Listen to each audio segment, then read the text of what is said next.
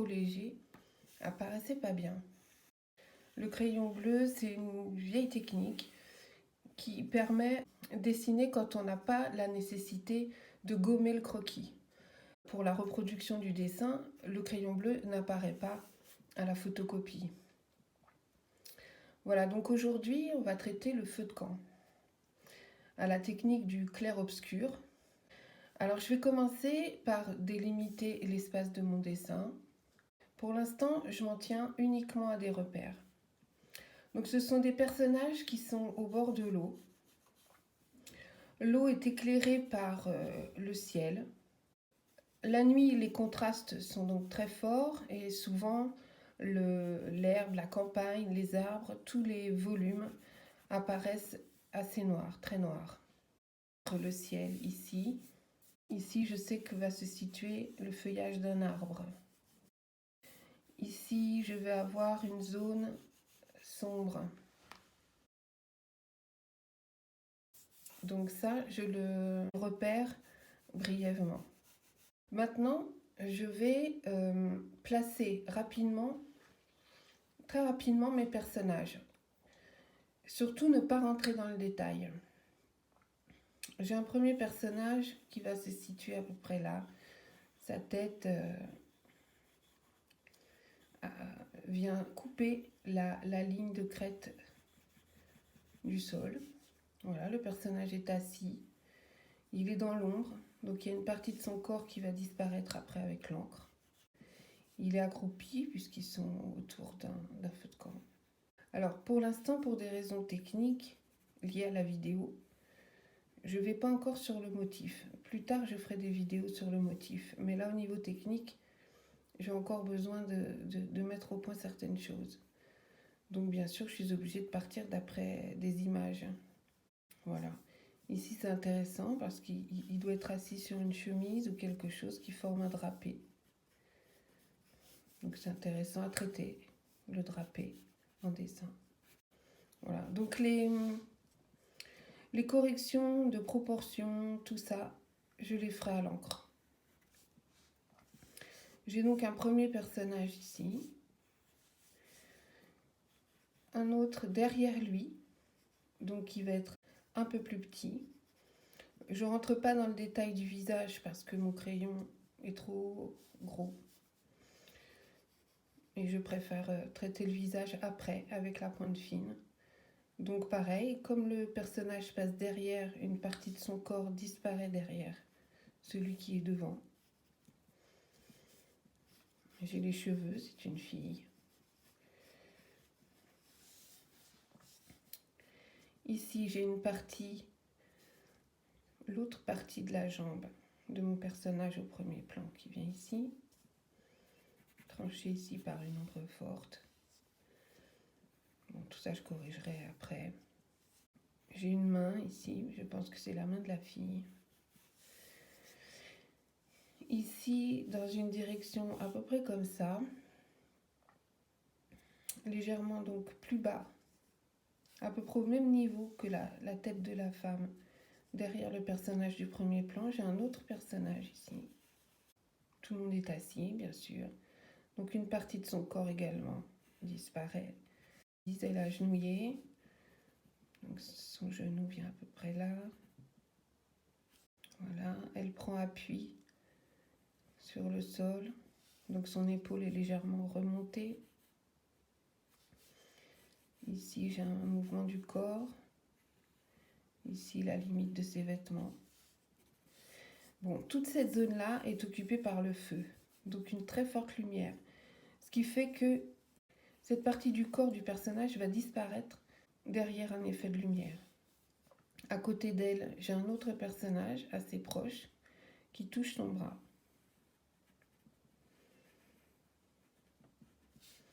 Elle regarde dans la direction du groupe. Donc son regard va se situer à peu près là. Son épaule est remontée également. Voilà, c'est une femme. Voilà, elle a les mains jointes. Et là, au premier plan, donc toujours partant à peu près à son niveau à elle, j'ai un personnage qui va être encore plus près que celui-ci. Donc c'est le véritable premier plan de ce dessin. Donc là, son visage va occuper à peu près cet espace-là. Son visage n'est pas visible parce qu'elle est de dos. Donc tout ça, c'est l'espace de sa chevelure. Voilà, une partie de son corps se confond avec le paysage parce qu'elle est dans l'ombre. Ici, j'ai son épaule qui vient cacher une partie du corps du personnage derrière. Vient comme ça, voilà. Au niveau des genoux, c'est ça, elle est également accroupie. Donc sa jambe est par là. Et son assise est là après. Ici, j'ai donc sa hanche. On voit un petit peu de lumière de son vêtement. Là, j'en profite pour prendre des repères qui me serviront après à travailler l'encre. Mais les repères que je prends, je ne suis pas obligée de tous les marquer. Ça, c'est vraiment à la réflexion de chacun. Ici, j'ai le drapé qui vient comme ça. Voilà. Alors, maintenant, la lumière, le feu, ces personnages sont tous autour du feu. Ce qui fait que la source de lumière va être ici. La source de lumière va se projeter sur leur visage. Tout le reste va être dans l'ombre. Ces personnages sont encore une fois, comme je le disais tout à l'heure, dans une campagne. Donc sont dans l'herbe en réalité, des herbes hautes. Tout ça, c'est de l'herbe. Il y a une ombre projetée très forte qui est derrière le personnage au premier plan.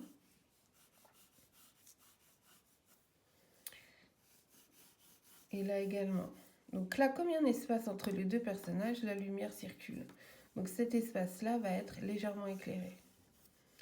Voilà pour les repères. Alors maintenant, tout va être un jeu de patience. Je vais commencer par les personnages puisque c'est le sujet du dessin. Le principe est de commencer très léger pour foncer après. Alors là, encore une fois, j'en profite pour corriger mon dessin. Là, je fais un contour, mais je n'ai pas l'intention de réaliser le contour de tous les personnages, car le clair-obscur ne se travaille pas uniquement avec les contours. Là, par exemple, la chevelure de ce personnage est très sombre sur le haut. Alors, ça me fait un premier repère. Voilà. Ici, il y a un mouvement des cheveux qui est fortement marqué par une ombre également. Donc, je vais commencer par travailler ce personnage et ses ombres fortes. Alors, je vais essayer de faire un dégradé léger pour qu'il y ait un passage subtil entre l'ombre forte qui est à l'extrémité de sa silhouette et le retombé de ses cheveux qui est un peu dans la lumière. Pour le travail du visage, ça va être des touches, des signes très légers. Donc son œil regarde à peu près là, en direction du feu. Son nez, voilà, une partie de son visage est cachée. Voilà, je vais m'arrêter là pour l'instant. Maintenant, je vais commencer ce personnage-là, qui a également des ombres très fortes. Alors, le sens des traits que j'utilise est toujours pareil au choix de chacun. Il y a des gens qui vont aimer travailler très nerveusement, comme ça. Il y a des gens qui vont préférer modeler patiemment. Ça, c'est vraiment chacun. Donc moi, à ma façon, je vais m'occuper des ombres fortes de ce personnage. Il faut bien repérer que les ombres, évidemment, épousent les volumes du corps. Donc là, ça vient prendre l'épaule. Donc là, je ne change pas de sens. Alors la ligne du bras qui apparaissait tout à l'heure disparaît dans l'ombre.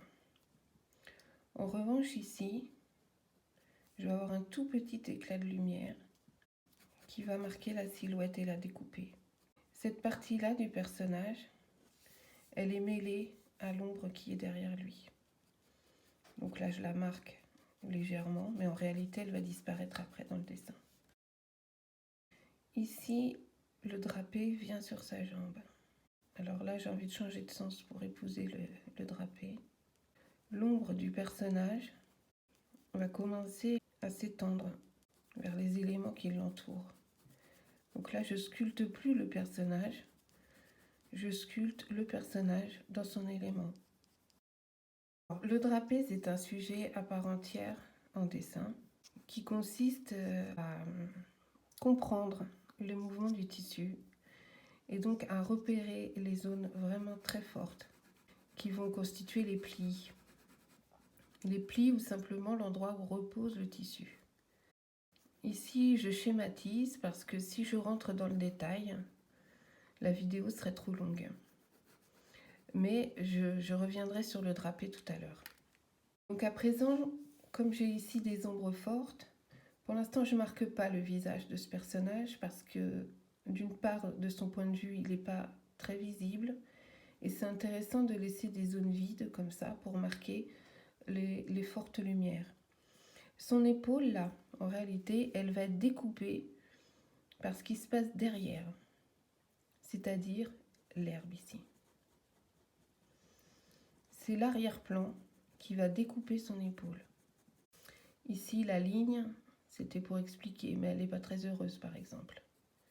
L'idéal dans le clair-obscur, c'est de marquer le moins de lignes possible, le moins de contours possible, parce que c'est dans l'absence de lignes que vient taper la lumière. Comme j'ai l'opportunité avec cet arrière-plan de marquer les contours de mes silhouettes, on va dire, j'en profite. Je vais travailler tout cet arrière-plan sombre. Et comme le feu, ces personnages sont de face, ils vont être dans la lumière. Et ces herbes-là passent devant, ce qui fait qu'elles vont être plus claires. Donc elles ne vont pas subir les ombres trop fortes. En revanche, le dos de ce personnage se mêle à mon arrière-plan. Donc il faut que je pense à l'atténuer, même si ça fait toujours un peu peur d'éliminer les repères d'un croquis. Alors ici, je vais corriger le genou. Alors, je fais une ligne, un contour très léger pour pas trop alourdir le dessin. Ici, son genou lui aussi est plongé dans l'obscurité. Alors, je vais marquer le tour de son visage. Son oreille est à peu près là. Elle a des cheveux qui viennent un petit peu comme ça. Une ombre légère. Et maintenant, je vais foncer tout ce que je peux le plus possible. Comme le trait est très fin, ça permet d'observer le dessin. Mais quand on en est au stade de chercher à comprendre les rapports des lumières, des formes, etc., la pointe fine est importante. Donc ici, son assise est très noire. Et son vêtement est marqué là par une ombre très forte. Son vêtement est marqué également ici par une ombre très forte. Et son bras qui est dessous est marqué par une ombre plus légère.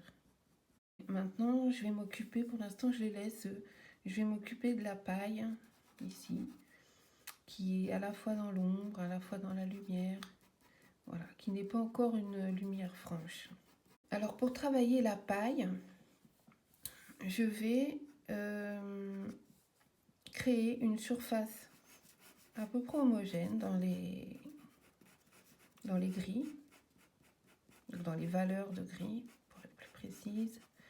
Une valeur assez homogène et je viendrai foncer après. Là, j'hésite pas à changer de direction des lignes et tout. Là, je peux me faire plaisir parce que c'est de l'herbe. Donc ça va vraiment dans tous les sens et ça donne de la vie au dessin. Donc là, c'est sympa. Là, l'herbe, c'est un très beau sujet pour libérer sa main. Parce qu'on peut vraiment y aller spontanément, quoi. Voilà, ici, je m'aperçois que je n'ai pas fini cette ligne, mais je vais le faire. Alors, cette crête sombre, elle va également se fondre avec l'obscurité de ce personnage, notamment dans son dos. Donc là, je fais bien attention à pas toucher à cette zone-là parce que ça marque de la lumière et ça fait ressortir le personnage. Donc l'ombre du dos de ce personnage se fond à son décor et je fais bien attention de ne pas monter au-delà de cette zone. Parce que pour des choses comme ça, des petites choses comme ça, on peut foirer un dessin. Par ailleurs, j'ai également une zone de lumière ici. Donc je ne veux pas toucher ici, je laisse.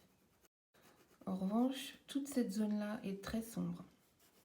Je laisse des respirations, bien sûr.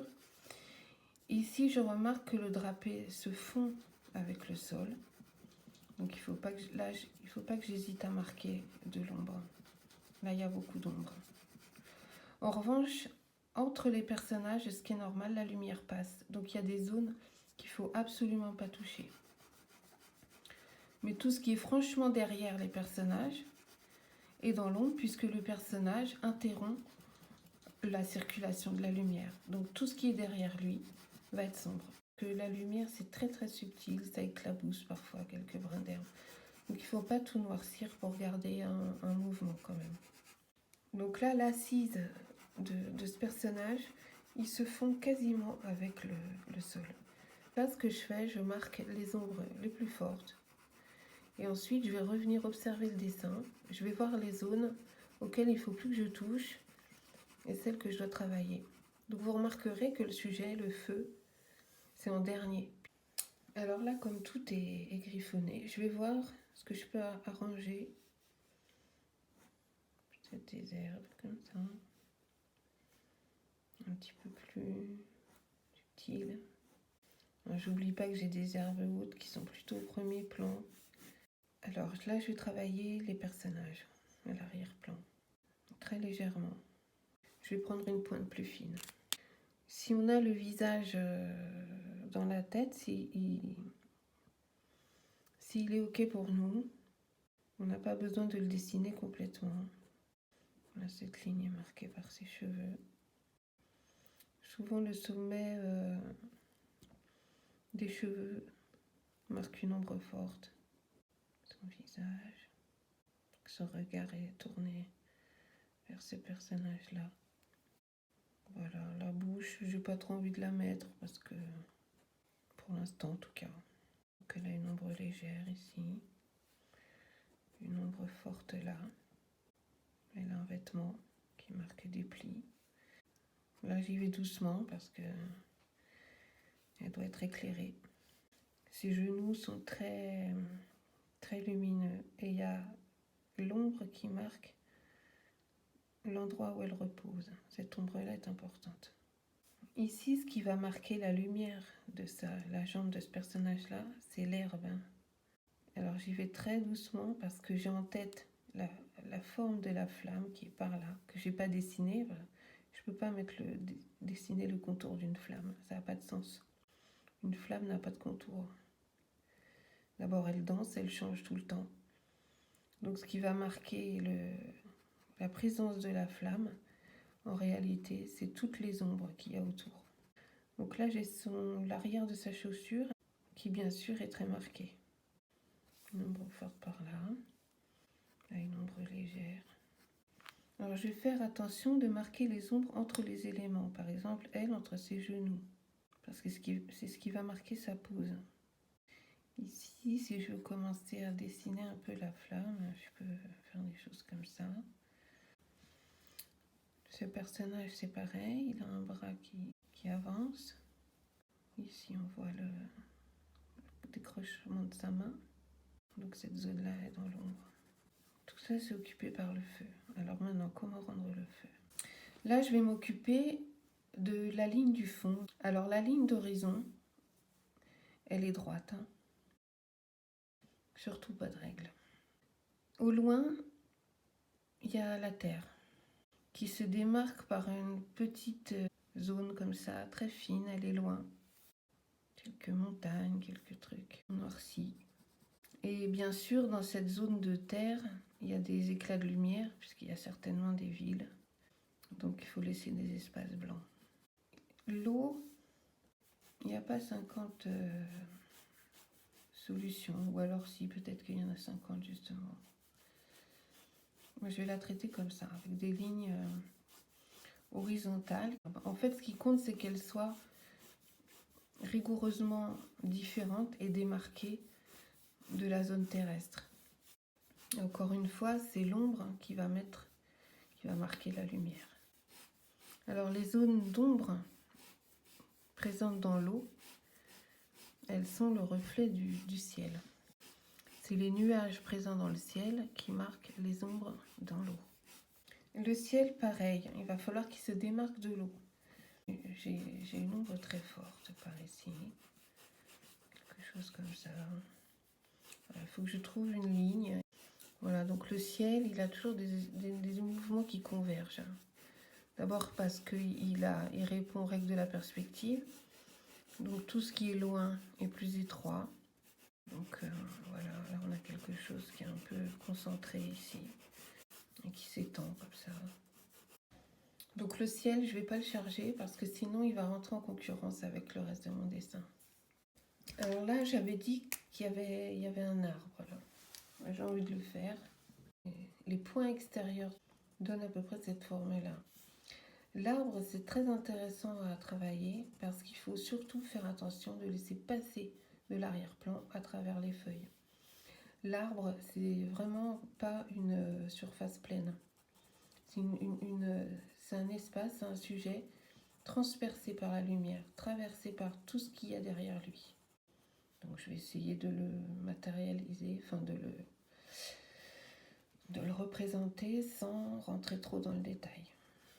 Là, j'ai envie de forcer un petit peu ici. Alors, je serais tentée de revenir avec un peu de blanc, mais je crois que je vais m'imposer de ne pas le faire. Je crois que le dessin est fini.